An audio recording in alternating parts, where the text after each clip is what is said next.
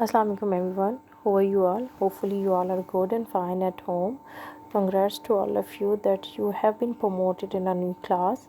And now today we are going to start our first unit, the savior of mankind. So in this unit, inshallah Aziz, we will read about where is Arab situated and the beauty and unparalleled charm of the Arabia and its deserts, and about its sky and stars, and about their poet and travelers, and what type of competitions was held at Okaz, and what was the mission of the Rasul, and why did the pagan Arabian send a delegation to the Rasul's uncle, and what's the role of Hazrat Aisha in his life and his stay in the cave of Hira, and inshallah Aziz, about Hazrat Muhammad, the last Rasul of Allah Almighty, has the greatest influence on the mankind. His teaching and his life are a source of motivation and guidance for humanity. So let's start the reading.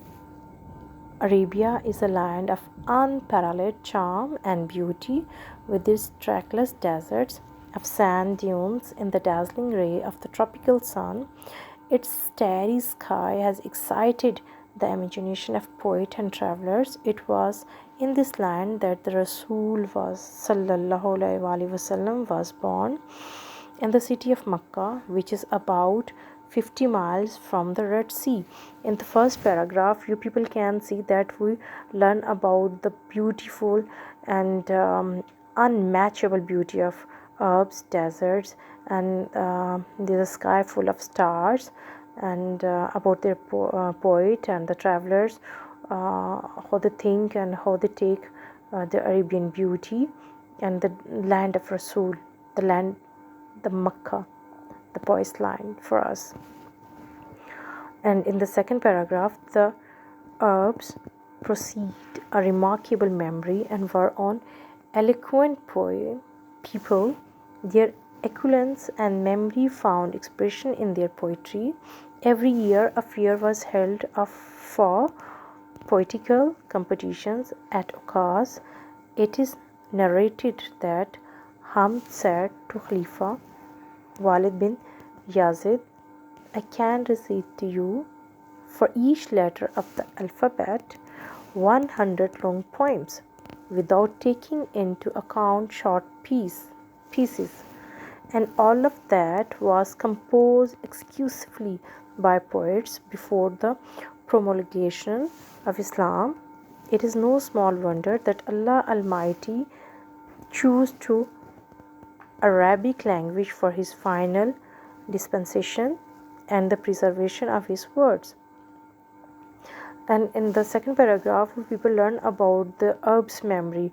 What an excellent memory the people have. They are very sharp in mind, and they are very good in poetry, and the people can read more than 100 poems at one time, and there is a one annual function held at the place of Okaz. And in the third paragraph, in the 5th and 6th century, mankind stood on the verge of chaos.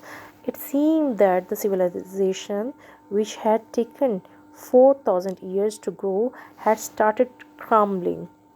At this point in time, Allah Almighty raised a Rasul among themselves to lift the humanity from ignorance into the light of faith. And in the third paragraph, we will come to know about the 5th and 6th century, that on that time the mankind is going to be into a different kind of groups, or the civilization is going to be an end. There's no proper rules and regulations according to the human beings. Mean the people are living a very you can say a very difficult life. And on that time the people need a true Rasul. So Allah selected the land of Arab for Hazrat Muhammad sallallahu alaihi wasallam. When Hazrat Muhammad was 38 years of age, he spent most of the time in solitude and meditation. in the cave of Hira. He used to retire with food and water and spend days and weeks in the remembrance of Allah Almighty. And in the fourth paragraph, we come to know that at the age of 38, Hazrat Muhammad spent his lot of his time in the cave of Hira without food and water. He just spent his time in the remembrance of Allah. And in the fifth paragraph, the period of waiting had come to close. His heart was overflowing with profound compassion for humanity. He had a pressing urge to eradicate wrong beliefs, social evils, cruelty, and injustice. The moment had arrived when he was to be bestowed with Nabuwwat. One day, he was in the cave of Hira. Hazrat Jibreel came and conveyed to him the following message of Allah Almighty.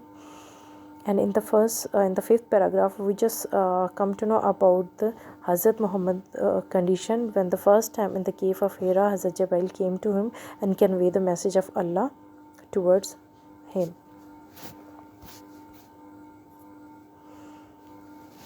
And what is the translation of this ayat? Read the name of the Lord who created man for a clot of congealed blood. Read and the Lord is most bountiful, who taught the use of the pen, taught man that which he knew not.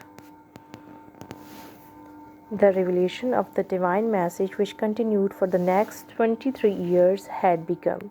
The Rasul had arisen to proclaim the oneness of Allah, Tawheed, and the unity of mankind. His mission was to destroy the nexus of superstitions, ignorance, and disbelief, and set up a noble conception of a life and lead mankind to the light of faith and divine bliss. And in the sixth paragraph, we just come to know about the mission of the Hazrat Muhammad, what he wants on that time. He just wants to spread the message of Allah, the oneness of Allah. His mission was just destroy the on that times people's bad habits. The people just worship to adults, but Hazrat Muhammad just tried to tell them there's a one God only, and we have to worship just Allah, except adults. In the seventh paragraph, since this belief was threatening their dominance in the society, the Persian Arabs started to mount pressure on the Rasul and his followers. They wanted them to renounce their cause to take to idol worshipping. On one occasion, they sent a delegation to the Rasul's kind and caring uncle Abu Talib. They told him to restrain the Rasul from preaching Allah Almighty's message or face their enormity. Finding themselves in a dilemma, he sent for his nephew and he explained to him the situation. The Rasul responded with these memorable words: "My dear uncle, if they put the sun in my right hand and the moon in my left, even then I shall not abandon the proclamation of the oneness of Allah, Tawheed. I shall set up the true faith upon the earth or perish in the attempt." And in the seventh paragraph, we know about the Arab's pigeon who sent a delegation to the Rasul uncle and what his reply to his uncle. And in the eighth paragraph, the Rasul's uncle was so impressed with his nephew's firm determination that he replied. On that time, his uncle was very happy and on his nephew's reply: "Son of my brother, go the way, none will dare touch thee. I shall never forsake thee.